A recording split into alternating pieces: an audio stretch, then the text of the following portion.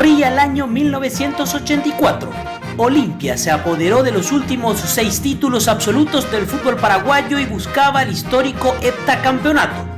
Domingo 25 de noviembre del citado año, Estadio Defensores del Chaco repleto. Guaraní enfrentaba a Olimpia por la 5ª fecha del hexagonal final y necesitaba del triunfo para gritar campeón después de 15 años. Olimpia se adelantó en el marcador con goles de Osvaldo Pangracio y Eduardo Ortiz y fue al entretiempo con la ventaja parcial de 2-0. En la complementaria, Javier Villalba, hombre de recambio del equipo dirigido por Cayetano Re, con un derechazo cruzado a los 2 descontó. A los 9 de cabeza, Óscar Jiménez empató el partido y la ilusión de la consagración se agigantaba. Guaraní llegó al tercero mediante el tiro libre ejecutado por Javier Villalba. La pelota se desvió levemente en la barrera franjeada, confundió a Ever Hugo Almeida y a gritar.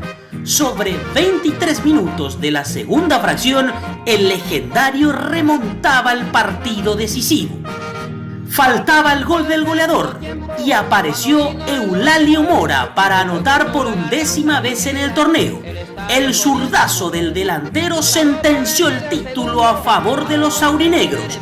Desde el banco se desató la alegría y a falta de 10 minutos solo se aguardaba el pitazo final.